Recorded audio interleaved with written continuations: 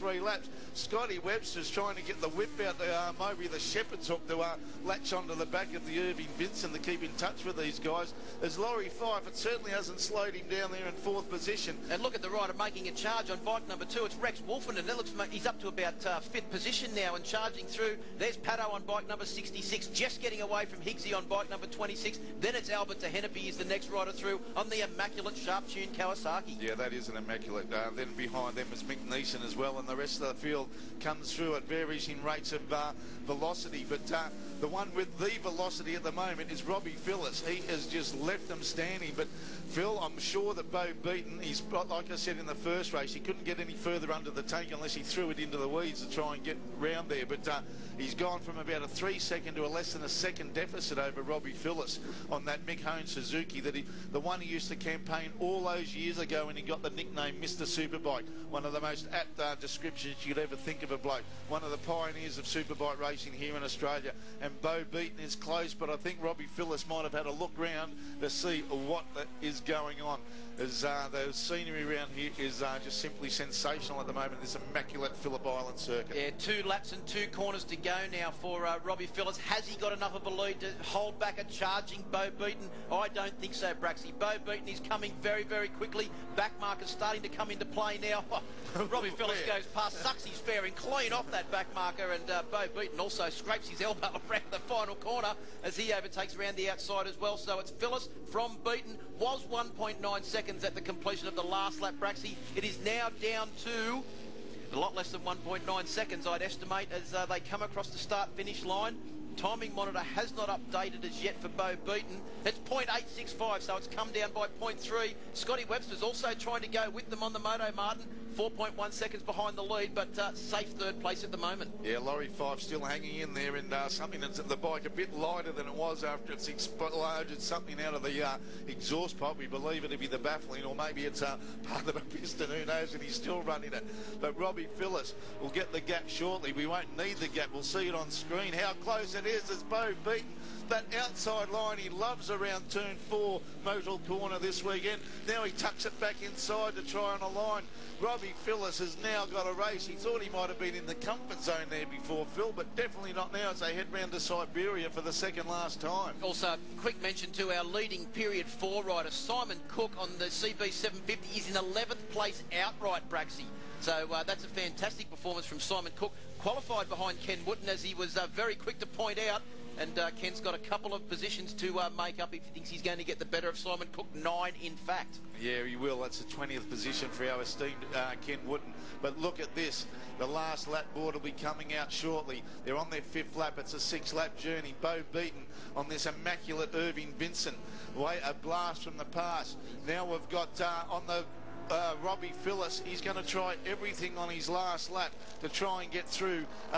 Let's see what was going on with Beau Beaton. Beau Beaton coming onto the start-finish line. They'll get the last lap board. Beau Beaton into the slipstream from Robbie Phillips. Robbie Phillips trying everything on the Mick Hone Suzuki to keep him at bay. Beau Beaton pulls out of the slipstream. Is it enough to stick it up the inside into Doohan corner? Not quite.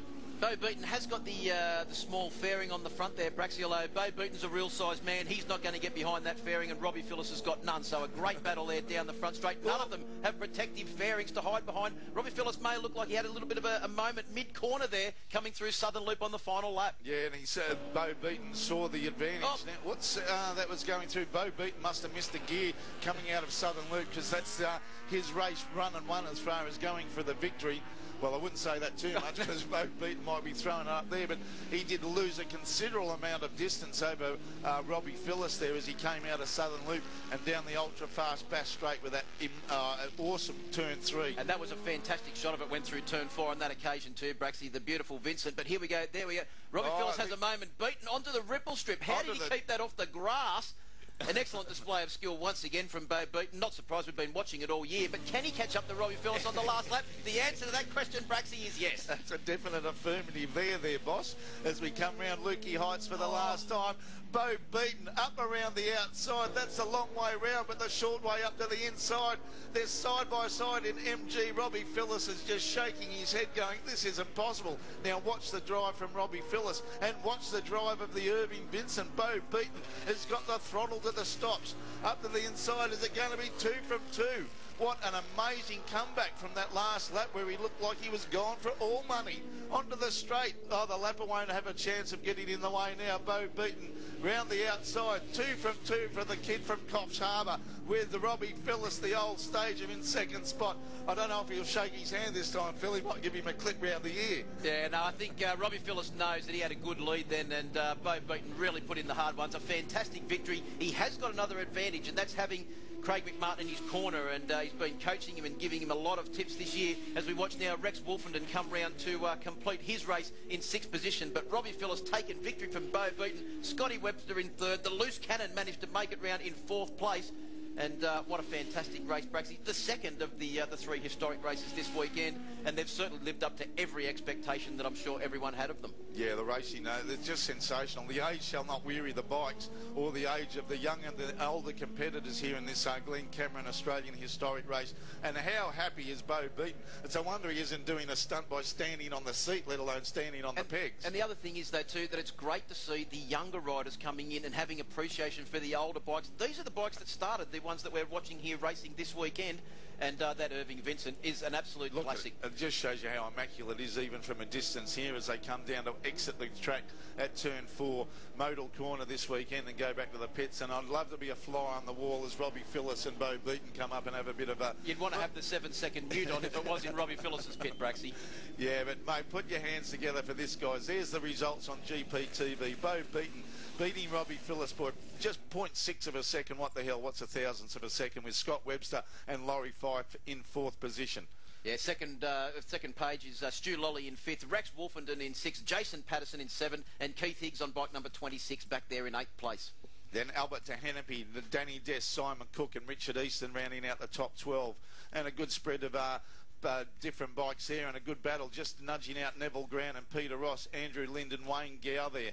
Back in bike number 16 on that Freddie Spencer TZ. Yeah, the TZ finishing in 16th place, which is good. Robert Worlott got started and finished in 17th. Stephen Lembrugger finished in 18th. Ken Wooten in 19th, so he got 1 position on the last lap, and Glenn Carroll rounds out the 20, Braxy. Yeah, good race all round. And how close are some of the times there. And it's just amazing that these machines, being that old, being that fast, being able to do 144s, 145s, 146s around this place. And there's a happy Beau Beaton. I'm sure his dad up there, well, he won't be up there in Coffs Harbour. He'll be down here ready to give him a big hug. Old Ashley Beaton, the owner of the North Coast V-Twin shop up there in Coffs Harbour. And it's funny that he's on another V-Twin at the moment, the old Irving Vincent. Actually, it's a 4-cylinder. What am I saying? I've just been a bit excited after what's been going on up here. But we might just have a break here at GPTV and be back with our final race of the day, the second race of the Australian Supersport. It has been exciting, Will, hasn't it? I mean, it's been just a sensational afternoon. And for Robbie Phillip, Mr. Superbike, to be rounded up in the last lap by a Vincent, for goodness sake. I can't believe it. That's absolutely right. And you see the top 4 with the exact top 4 in the same order in race 1 and race 2, as far as I can tell. Yeah, I think they possibly got the script wrong. Possibly there was another script they were supposed to pick up, but that's the way it worked out. Not bad.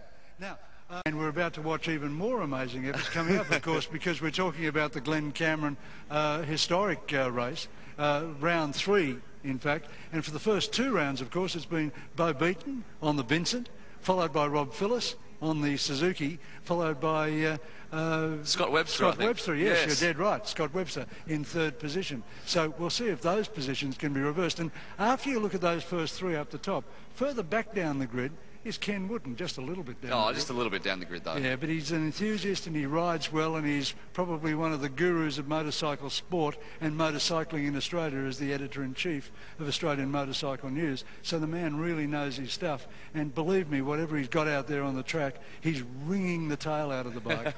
And just before this race gets underway, let's go to a piece that Ken prepared earlier when he spoke to many of the competitors in the Glen Cameron Historic. With me, 2 of the guys that were racing in the Glen Cameron Australian Historic events over the last couple of days. They'll be out again very shortly, and Beau Beaton, an amazing performance yesterday with you and Robbie Phillip.